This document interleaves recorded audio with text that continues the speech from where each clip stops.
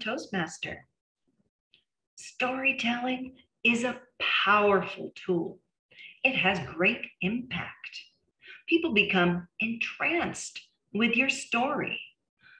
Stories elicit an emotional response, and that means that it works its way into people's memories. So even if you're giving an informational speech, if you can include small stories, people will remember your message a lot more. They also help to clarify things. I've been an instructor for many years, teaching a number of different curriculums, and I have definitely found that to be true. Coming up are three stories that, well, just may knock your socks off, but what they've done is they changed my view of what I was teaching, and just, you'll figure it out. The great impact that these stories have. Story number one. I was teaching a disaster preparedness class. And one of the things that we want you to do is be prepared. And one of the key ways to be prepared is to think about it. Consider the possibility. And just by doing that, your brain starts working on, what would I do if this happened? If I was in Costco during the big earthquake, what would I do? Just that little thought of, what if this happened? Here's the story. That makes total sense. Now the story. A rookie cop was one of his very first calls. It was a stabbing outside of a bar. He gets there, and there's the victim. He'd been stabbed like 6, 7 times, but he had no defensive wounds. So the police officer said, well, why didn't you try to defend yourself or run away? And the victim said, because when the first knife went in, I couldn't believe it happened. And then he did it again, and the knife went in, and I just couldn't believe it happened. And that happened again and again. And he never defended himself. And he never tried to run away, because he was in such shock, he'd never considered the possibility.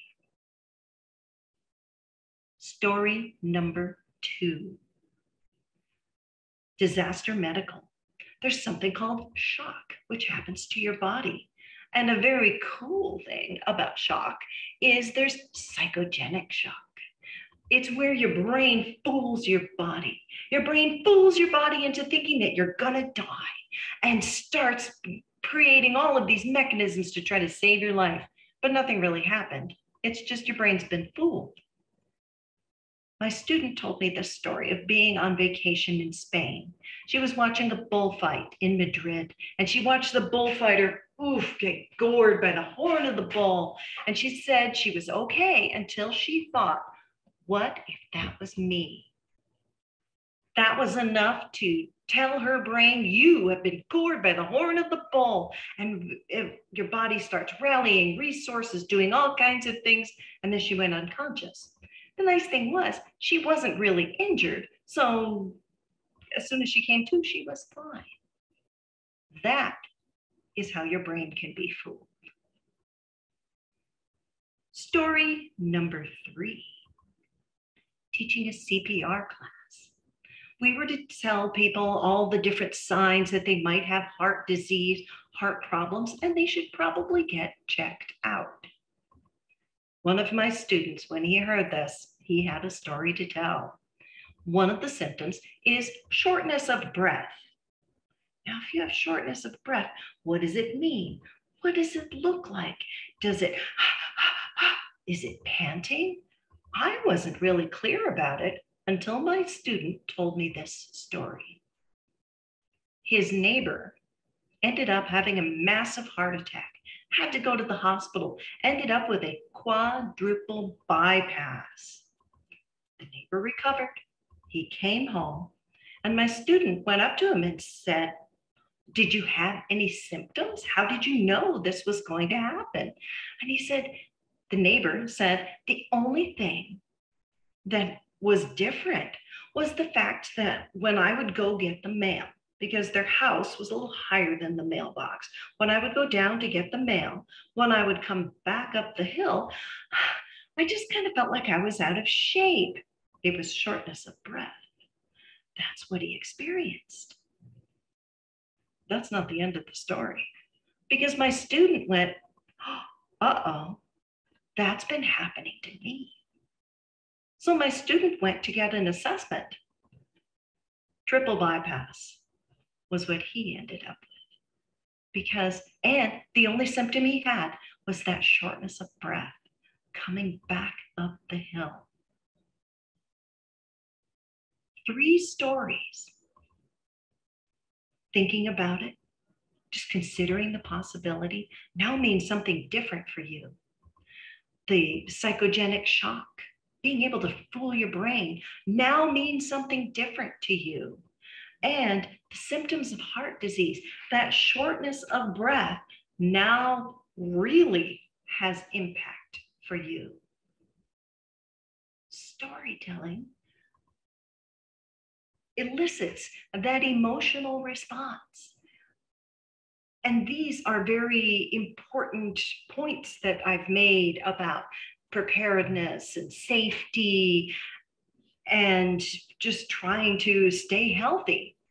But stories can be fun. A little bird told me that Warren might be considering doing a folk tale next week for his speech.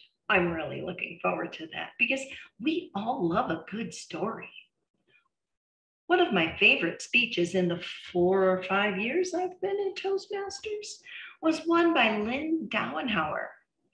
Her speech has just stayed in my memory banks, and she was just amazing. She told the story of Arctic explorers, Antarctic, Arctic, one or the other. Anyway, they were someplace really cold, and the ship got stuck, and the crew was stranded, and they were going to die. And the leader went off with another guy to go save them to the top of the hill. And how do we get down? And they sledded down the hill, and Lynn was jumping all over the stage. Not that you have to do that to tell the story, but it's very helpful. And it had such an impact. That was what, 3 years ago, maybe 4, that she told that story. But the stories entrance you. It brings you there. They can be fun, they can be dramatic, but the stories are how we brought our lore forward. Our tribes, our clans, our stories were what brought that information forward. So bring your information forward, because we all love a good story. Madam Toastmaster.